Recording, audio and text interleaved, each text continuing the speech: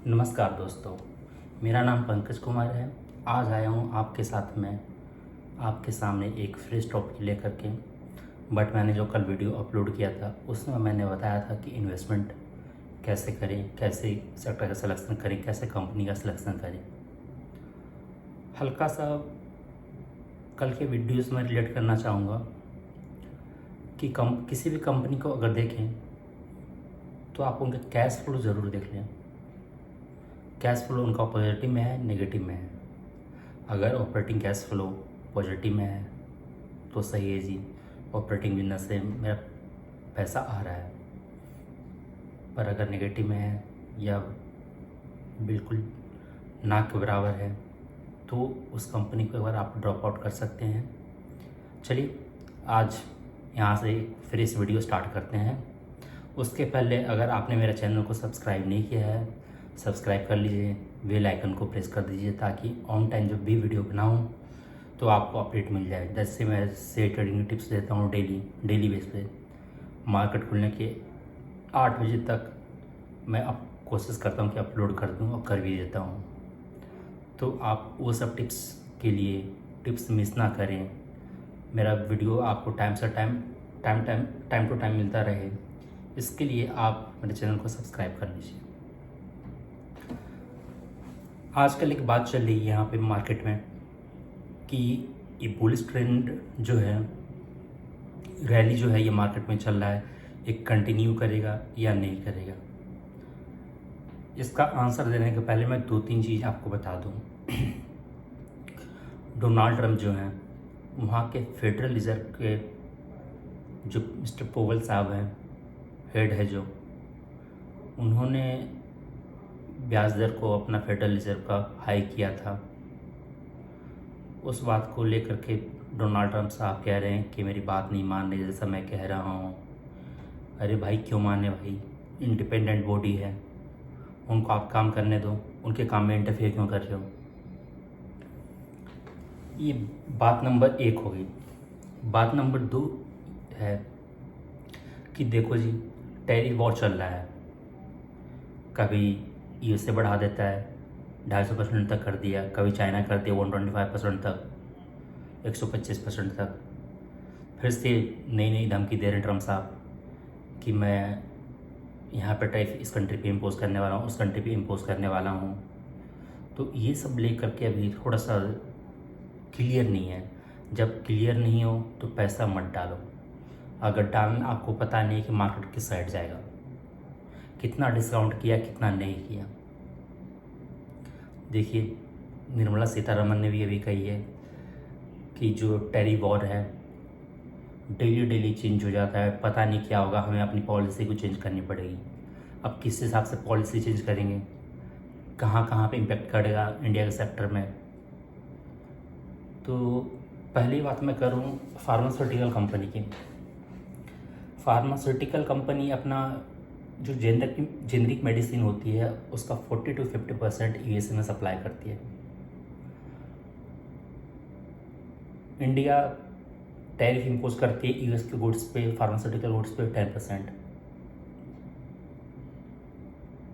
But USA कुछ नहीं कर रहा था। अब यूएसए बोला मैं भी करूँगा। देखिए, यूएसए बोला मैं भी करूँगा। सेकेंड वन थिंग, जो मेडिसिन बनने की मटेरियल आता है वो आता है चाइना से, जिसको हम एपीआई बोलते हैं। 70 to 90% चाइना से आता है। चाइना का कॉस्ट इतना ज़्यादा हो गया है टैरिफ के कारण, तो कहाँ से रिकवर करेगा, मटेरियल कॉस्ट अपना हाइक करेगा। मटेरियल कॉस्ट हाइक करेगा तो अल्टीमेटली बर्डन फार्मास्यूटिकल कंपनी पे पड़ेगी। एक तो इस साइड से हो गया, चाइना की साइड से हो गया, मटेरियल में जो इनपुट्स मेडिसिन में लग रहा है वहाँ पे कॉस्ट इसका ज़्यादा हो जाएगा। दूसरा, मैं एक्सपोर्ट करूँगा 40 to 50% यूएसए में, वहाँ पे टैरिफ लग जाएगा। दिक्कत ये है। इंडियन हेल्थ मिनिस्टर जो अपने हैं, उनको इंडस्ट्री रिप्रेजेंट कर रहा था, बोल रहा था जी देखो, अगर मैं यूएसए में प्लांटर मशीनरी अपना सेटअप करता हूँ, कुछ भी करता हूँ, तो जो इंडिया में कॉस्ट लगता है उसका 3 to 4 टाइम्स वहाँ पर यूएसए में लग जाएगा सेटअप करने में मुझे। क्यों? क्योंकि इम्पोर्ट ड्यूटी से बच जाए, जो टैरिफ डोनाल्ड ट्रंप लगा रहा है उससे बच जाए। तो इन सब के बीच में फार्मास्यूटिकल कंपनी है, फार्मास्यूटिकल कंपनी में बहुत दिक्कत है, इनको बेनिफिट देने की बात की जा रही है, हुआ नहीं, कुछ बेनिफिट दिया नहीं है। तो जब तक कुछ क्लियर नहीं हो, आप फार्मास्यूटिकल सेक्टर से दूर रहें। अब जहाँ तक बात है टैरिफ, पता नहीं कहाँ तक बढ़ेगा। टैरिफ बढ़ने से क्या होगा बताइए। चाइना इम्पोज कर रहा है 125% कि suppose for an example China 125% कर, डोनाल्ड ट्रम्प साहब 250% कर दिया। जो चाइना गुड्स पहले 100 रुपये में बेच रहा था, अब कितना हो जाएगा उसका कॉस्टिंग टैरिफ के बाद में? 250 हो जाएगा। 250 प्लस 100 रुपये, 350 रुपये। तो एक बात बताइए आप, यूएसए के जो कंज्यूमर हैं पहले 100 रुपये दे रहे थे उसी गुड्स के लिए, अब 350 देंगे? नहीं देंगे, नहीं देंगे जी। इतना महंगा कौन सामान खरीदेगा? अगर कंज्यूमर स्पेंडिंग नहीं होगा तो फिर उनका इकोनॉमी हो सकता है रिसेशन की ओर भी चला जाए। रिसेशन के कुछ फैक्टर्स होते हैं, कंज्यूमर अपना स्पेंडिंग कम कर दे, ना के बराबर कर दे, बैंक में क्राइसिस होने लगे। इकोनॉमी को बचाने के लिए मैंने आपको स्टार्टिंग में बताया था कि पवल साहब रेट ऑफ इंटरेस्ट को हाइक कर दिया था, अब उसमें भी डोनाल्ड ट्रम्प साहब को दिक्कत हो रहा था। तो आपको क्या लगता है, उनका इकोनॉमिक रिसेशन में जाने के लिए तैयार हो रहा है या नहीं हो रहा है? या आप कमेंट करके बताइएगा। बट फिर भी मैं बताऊं, ये इंडिकेशन है जी कि आप अपनी इकोनॉमी को ज़बरदस्ती पुश कर रहे हो कि रिसेशन में चले जाओ भाई, चले जाओ। उनको क्या ज़रूरत था ये सब टैरिफ इंक्रीज करने के लिए? बस आपने इसलिए कर दिया क्योंकि इलेक्शन कैंपेनिंग में आपने बोला था जो कंट्री मेरे ऊपर अब हम लोग के गुड्स पर टैरिफ लगाता है, हम भी उन पर टैरिफ लगाएंगे। मुद्दे के बात को पूरा करने के लिए आपने टैरिफ को इम्पोज कर दिया, अपनी इकोनॉमी को रिसेशन की ओर धक्का मार रहे हो और कंट्री के साथ में अपना ट्रेड रिलेशन ख़राब कर रहे हो। चाइना के साथ में आपने ख़राब कर ली, इंडिया के साथ में भी कर ही रहे हो, सबके साथ में कर रहे हो, पूरे वर्ल्ड में। वर्ल्ड आपसे परेशान है। तो इन सब के बीच में जब तक कोई सॉल्यूशन ना निकल आए, जब तक मेरा मानना है कि आप शेयर्स में इन्वेस्ट ना करें। अभी इन्वेस्टमेंट की बात कर रहा हूँ, ट्रेडिंग की बात नहीं कर रहा मैं। मेनली आप फार्मास्यूटिकल सेक्टर से दूर रहें। आपको अगर इन्वेस्ट करना है तो जिसको इंडिया जिस सेक्टर को बूस्ट दे रहा है, जैसे आपका देख लो क्लोथ सेक्टर, देख लो क्लोथिंग सेक्टर को इंडिया बूस्ट कर रहा है, ऑटोमोबाइल सेक्टर को बूस्ट कर रहा है, एक्सपोर्ट में बेनिफिट दे रहा है। तो इन सब सेक्टर पे आप पैसा लगा सकते हैं, या फिर जिन पे टैरिफ का कोई असर ना पड़े। ये सारे इक्विटी शेयर मैं अगली वीडियो में बताऊंगी कौन कौन से इक्विटी शेयर आपको ख़रीदना चाहिए। पर अभी आप ये समझ लीजिए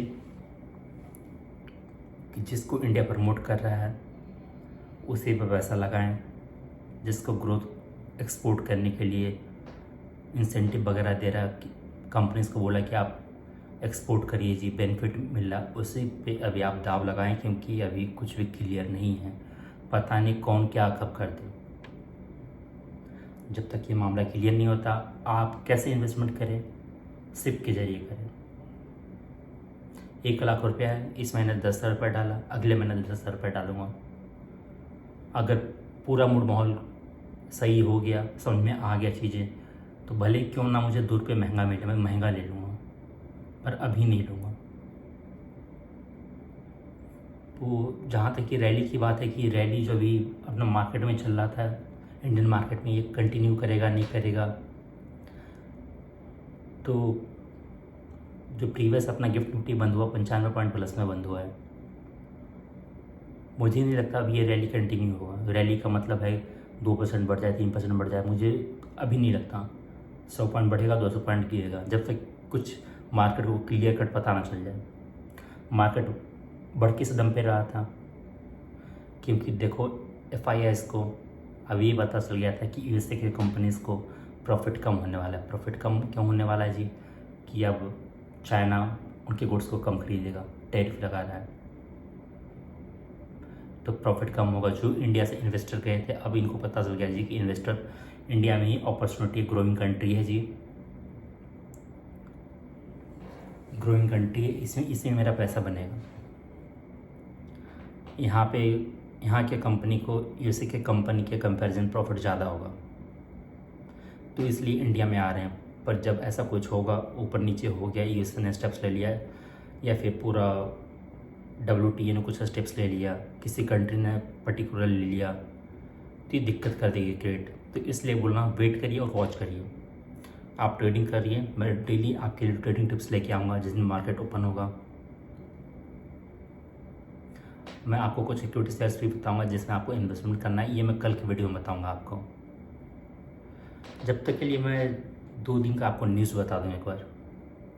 जो 18 तारीख और 19 तारीख आज जो न्यूज़ है उसके बारे में थोड़ा सा मैं ब्रीफ कर दूँ आपको। अपनी 2 कंपनीज हैं, एक है PFC, एक है IRETA। इन्होंने क्या किया था, इन दोनों ने अपने प्रमोटर को कुछ लोन दिया था। लोन कितना था, 977 करोड़ का। जिस प्रमोटर को दिया था उसको EV खरीदने के लिए दिया था। EV का मतलब इलेक्ट्रॉनिक व्हीकल। उन्होंने क्या किया जी, 262 करोड़ का 2 करोड़ का जो लोन दिया था वो अनअकाउंटेबल है, उसका कुछ पता ही नहीं चल रहा जी, कहाँ गया पैसा, क्या हुआ, कुछ नहीं पता चल रहा उसका। तो अगर ये मंडे को मार्केट ओपन करता है तो इन दोनों कंपनी को आप शॉर्ट कर सकते हैं। जहाँ भी आप शॉर्ट करें 5 मिनट पहले वेट कर लें, 9:20 तक वेट करें। जो पहला ट्रेड इनिशिएट करना 9:20 या 9:20 के बाद में करना इनिशिएट, शॉर्ट करें। उसके ऊपर अगर आप 2% का प्रॉफिट लेना चाहते हैं तो 1% का स्टॉप लॉस लगा दें। अगर 1% प्रॉफिट लेने का मन है तो 0.5% का स्टॉप लॉस लगा दें। इसी तरीके से आपका पैसा बनेगा, क्योंकि टैरिफ की वजह से दिक्कत सबको हो रहा है जी। IT अपनी कंपनी को देख लो, विप्रो को ले लीजिए, TCS को ले लीजिए, इन्फोसिस को ले लीजिए। उनका जो मैनेजमेंट का कमेंट्री है बिल्कुल ख़राब है। बोले देखो जी ग्रोथ का अपॉर्चुनिटी नेगेटिव ही दिख रहा है। क्यों? क्योंकि कुछ जो इनके कस्टमर थे, आप यूरोप की बात कर लीजिए, अमेरिका की बात कर लीजिए, वो बोल रहे हैं कि जी अभी टैरिफ वजह से रुक जाइए आप, तो इनके अर्निंग पे इम्पैक्ट पड़ रहा है। तो IT कंपनी आपका पहला नंबर पे होना चाहिए, जिसको अवॉइड करेंगे आप। फार्मास्यूटिकल कंपनी हो गया। जब तक कि ट्रेड वॉर का जो है क्लियर ना हो जाए, क्लियर पिक्चर हमें ना मिल जाए कि कैसे चलना है, कैसे ट्रीट करना है इनको, जब तक डर बना रहेगा, आप लॉन्ग करने के पहले अगर लॉन्ग करना है तो सेफ स्टॉक के साथ में प्ले करिए जिसको इंडिया प्रमोट कर रहा है। क्योंकि हर दिन देखता हूँ फ्रेश वार्निंग दिया जाता है, ये उससे फिर इस वार्निंग देता है कि आज मैं टैरिफ बढ़ा दूंगा, इसका बढ़ा दूंगा, उस कंट्री पे बढ़ा दूंगा। तो अगर अभी इस यहाँ पे इन्वेस्टमेंट करना चाहते हैं तो आप सिर्फ SIP जो है उस मोड से इन्वेस्टमेंट करिए। वन टाइम इन्वेस्टमेंट अभी करने का कोई राइट टाइम नहीं है। अब मुझे इजाज़त दीजिए आज के लिए। मैं आपके लिए कल नया वीडियो बनाऊंगा, कुछ शेयर्स लेके आऊँगा जिसमें आपको इन्वेस्ट करना है। ढूंढ के लाऊंगा आपके लिए शेयर्स जो भागने को है तैयार, जिन पे ये टैरिफ का उतना कुछ खास असर पड़ेगा नहीं, पड़ेगा अगर पूरा मार्केट में तो कम पड़ेगा इसमें। तो ये मैं कल आप लोगों के साथ में डिस्कस करने वाला हूँ। आज के लिए मुझे अलविदा कहिए। नमस्कार।